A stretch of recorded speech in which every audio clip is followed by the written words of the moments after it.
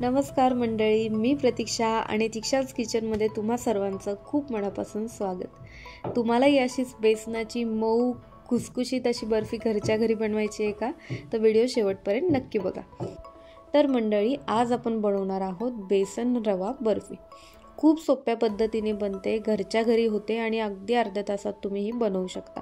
5 ते 10 मिनिटात सेट होते आणि तयार होते। चला, सुरुवातीला मी इथे पाऊण वाटी साजूक तूप घेतले। साजूक तूप एका कढईमध्ये टाकून विरघळून थोडंसं कोमट होईपर्यंत थांबायचे।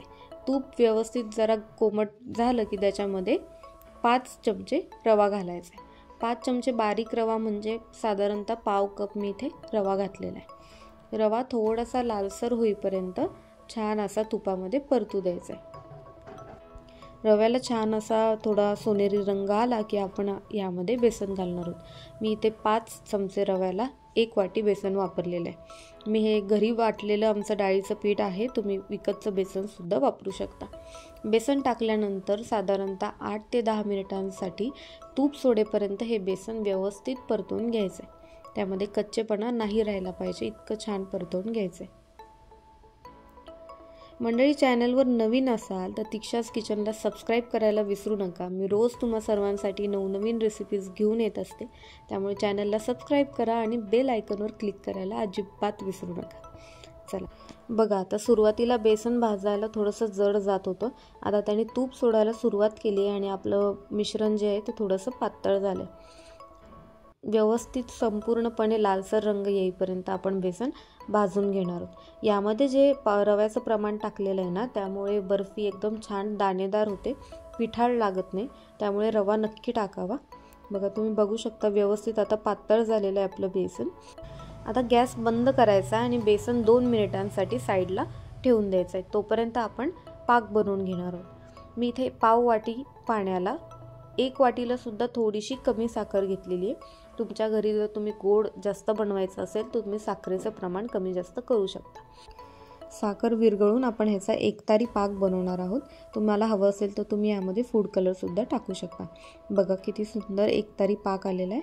आता गॅस बंद करायचा आणि आपलं बेसन पुन्हा मंद गॅसवर ठेवून द्यायचं आहे आणि गरम गरम पाक त्यामध्ये मी दाखवल्याप्रमाणे टाकून घ्यायचा आहे। पाक टाकला की बेसन लगेच फुलतं आणि छान असा त्याला फेस येतो।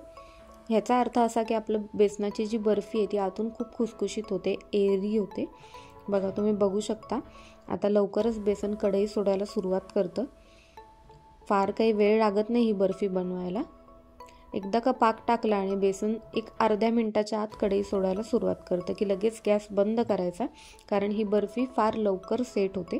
एका ताटाला किंवा तुमच्याकडे कंटेनर टीन असेल तर त्याला तुपाने छान ग्रीस करून घ्यायचं आहे आणि आपले बनवलेलं सगळं मिश्रण त्यामध्ये काढून घ्यायचं आहे।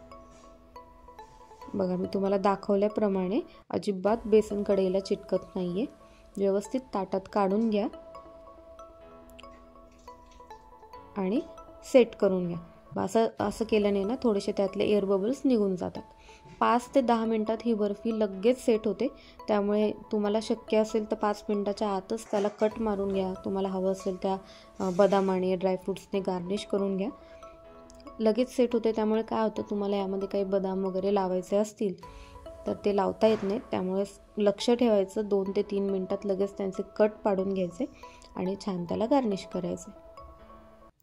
बघा किती सुंदर दिसतीये, अगदी झटपट होते, काहीच वेळ लागत नाही बर्फी बनवायला आणि चवीला तितकीच छान लागते। एकदा नक्की बनवून बघा, कशी होतीये ते मला कमेंट्समध्ये कळवायला विसरू नका। आणि रेसिपी आवडली असेल तर तीक्षाज किचनला सबस्क्राईब करायला विसरू नका आणि दिवाळी फराळ सिरीजचे बाकीचे व्हिडिओज नक्की बघा। Thank you so much.